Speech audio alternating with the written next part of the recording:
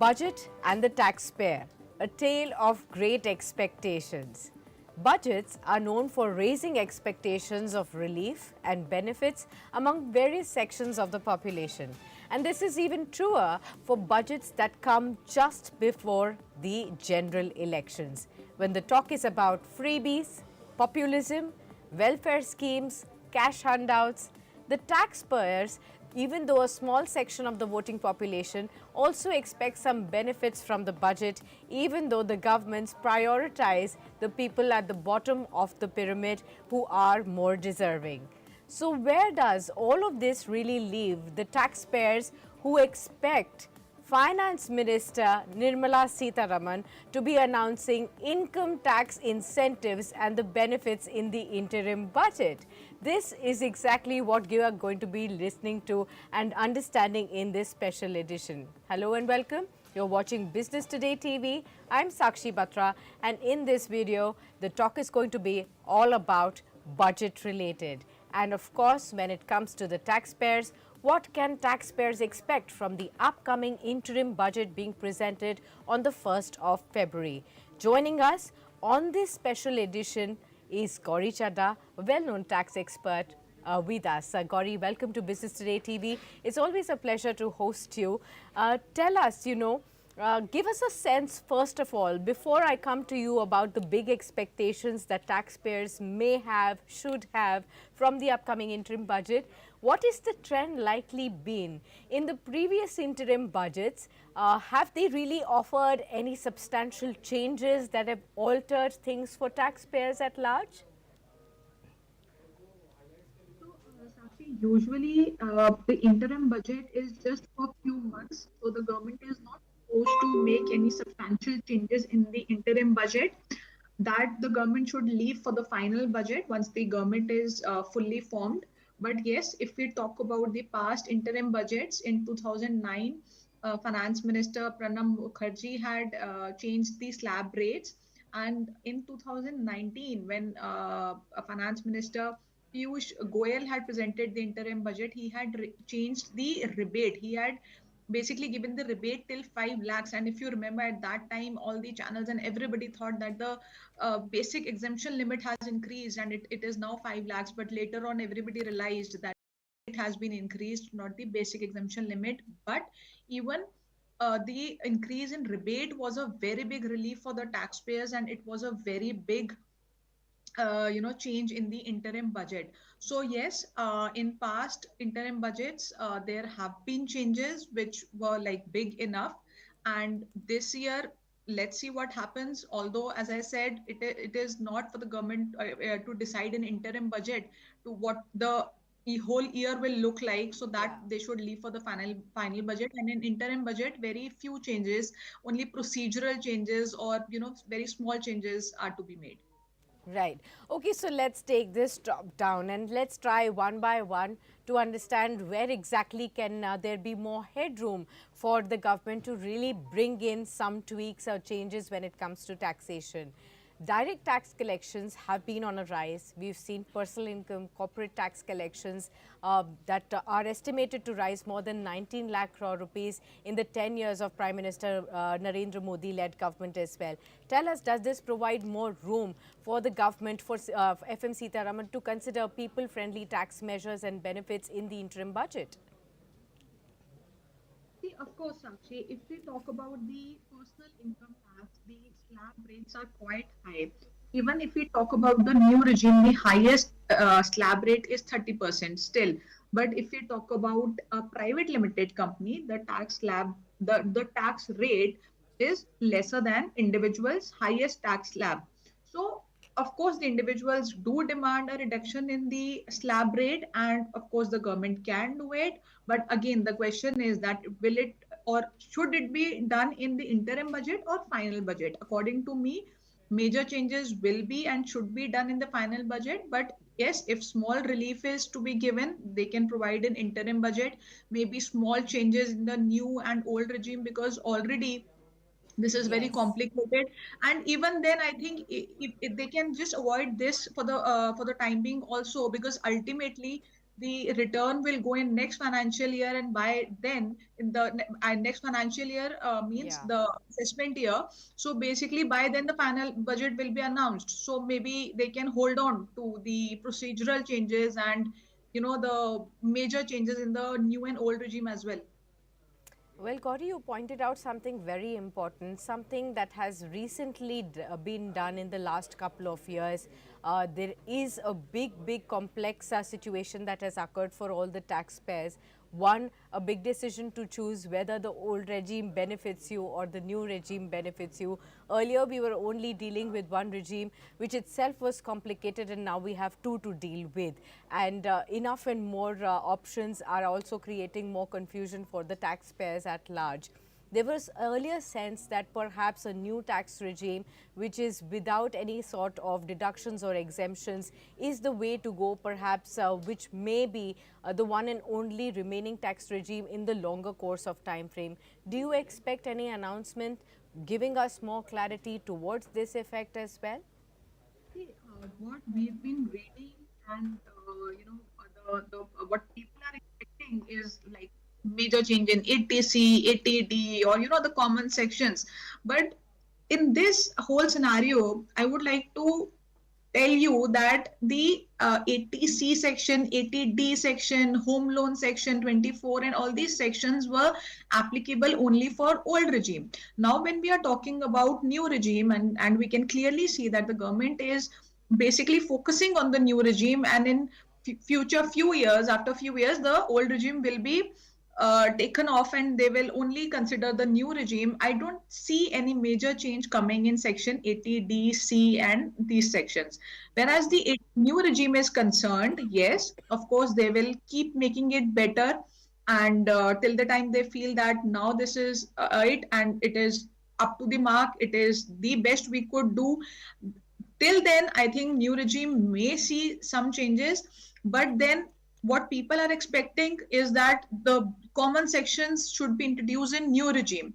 Again, in this scenario also, I think it will not be right that if they introduce the common deductions like ATC, ATD 24 in new regime, because then there will be no difference in new or old regime. At most, they should rationalize the tax slab rates in new regime again. Although I think that won't be done because last year only they did the same. The new tax slabs are quite effective. So I think there will be no change in the slab this year. No changes in the tax slabs this year is something that is almost certain that one should look at. But it's also been 5 years, Gauri, since the standard deduction was revised, and it has always come up as one of the biggest wish lists for the finance minister to consider revising of the standard deduction. The last time that it was hiked was back in 2019, and that too in the interim budget, like you mentioned. Do you think increasing the standard deduction will be a quick and surefire way to please the salaried middle class? See, first of all, when the standard deduction was introduced, it was introduced after taking out the transport and medical allowance, and it was introduced at 40,000. So, nearly the standard deduction was of the same amount. If you total the medical and transport, the amount was exactly around 40,000 only.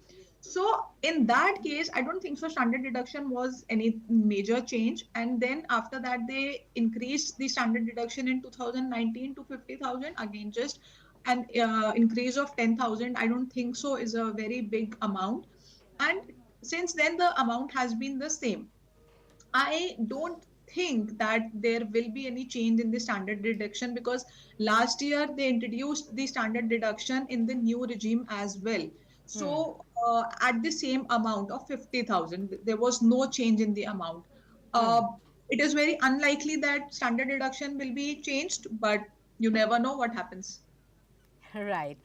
Gauri, over the last few years, what we've also seen is that capital gains taxation is one of the aspects of individual taxation, which has also attracted a lot of questions about that it needs to get some reforms done. While some changes have been made over the years, the structure is still pretty much complex and difficult to comply with, at least for the lay people out there. In the upcoming budget, is having a uniform say holding period for the Indian domestic shares as well as mutual funds, or maybe a similar tax rate for all kinds of holdings important or essential, or maybe something that you expect this time around?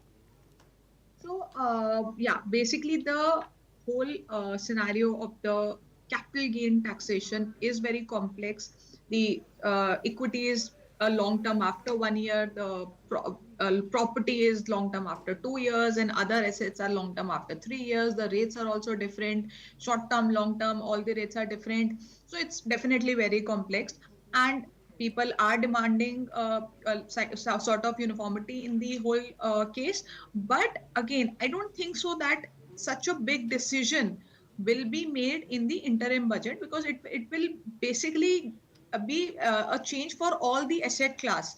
So I think maybe in final budget, but again, you can't be sure, because people have been demanding this since so many years, and no action in case of the uh, holding period and rate has been done. Of course, there have been changes, like you said, that those changes were made. In fact, last year also a few changes were made, but the holding period has over the years become more complex only, because if you remember, the holding period for property was 3 years earlier, and they made it 2 years. So now there are three different holding periods for three different asset classes. So definitely over the years they have made it more complex, and now expecting it to expecting them to Sure. make it more simpler, it's, I don't think so it's logical as of now. Okay. Gauri, at present, if a taxpayer also misses the due date of advance tax installments in a single day and interest for 3 months is charged, do you think this needs to be addressed? Because interest is related to time, and so a person making a delay of 2 months and making a delay of 3 months should not be saddled with the same amount of interest as well. Do you think there needs to be a relook at this aspect as well? Honestly, Sakshi, I don't think that there should be any change in this, because if we become lenient with the taxpayers, they will definitely postpone their deadline, and they will not pay the advance tax within due date, which is basically what the government wants, that they need the money, need the taxes in their account well in time. If the government becomes lenient with them, of course, everybody amount and the tax at the last day itself. So Sure. I don't think so any change in this should be made. Although I'll explain you what the advance tax is. Advance tax is usually paid when your tax liability is more than 10,000 for the year, and if the same amount has been deducted as TDS, so you don't have to pay advance tax. So if Okay. we talk about the salaried people, hardly any salaried people pay advance tax until unless they have some major capital gain or interest income or rental income. So for mostly people, there is no advance tax liability. It is for people like us who are running their own business practice or something like that, that we Yeah. have to pay advance tax. I think they can manage well. Sure. Okay, so last question to you, Gauri. Then, three things that you will be watching out for in this upcoming interim budget from the finance minister that can also include your own wish list. See, first of all, the first will be, I don't want any major change in the interim budget. Second would be, if there is any change, then I think, of course, the new regime should be made as the only regime in, the act, and the old regime should be withdrawn, because it is creating a lot of complication for the layman. Every day we get so many queries that please tell us which regime, and they don't understand really what is happening with their tax slabs. So the new regime should be made the only regime. And thirdly, the new regime, if possible, should be made more lucrative. Okay, well, three expectations right there from the upcoming budget from Gauri. Always a pleasure to host you on Business Today TV. Thanks a lot, Gauri, for being with us on this edition. No big bang changes, and perhaps Gauri says no news would be good news this time around if when it comes to taxation from the upcoming interim budget. And with respect to new regime, there should be some clarity coming in that the government is intending to make that as the only tax regime that is available, and we make it also more lucrative for more and more people to adopt it this time around. Good to have you with us, Gauri, as is always. And we will continue to get you such interesting and insightful conversations around the upcoming interim budget. So don't go anywhere. Don't forget to like and subscribe to our channel, Business Today Television.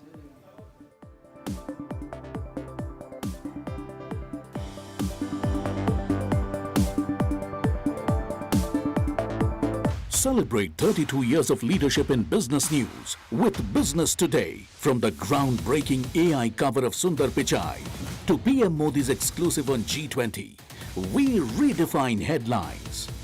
Now our 32nd anniversary issue explores India 2029, the 5-year agenda with industry titans sharing exclusive insights. So, just BT it for unparalleled perspectives. Business Today.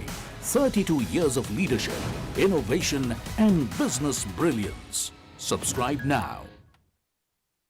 Celebrate 32 years of leadership in business news with Business Today. From the groundbreaking AI cover of Sundar Pichai to PM Modi's exclusive on G20, we redefine headlines.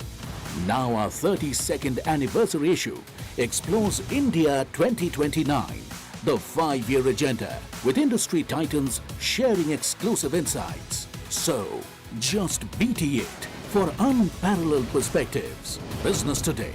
32 years of leadership, innovation, and business brilliance. Subscribe now.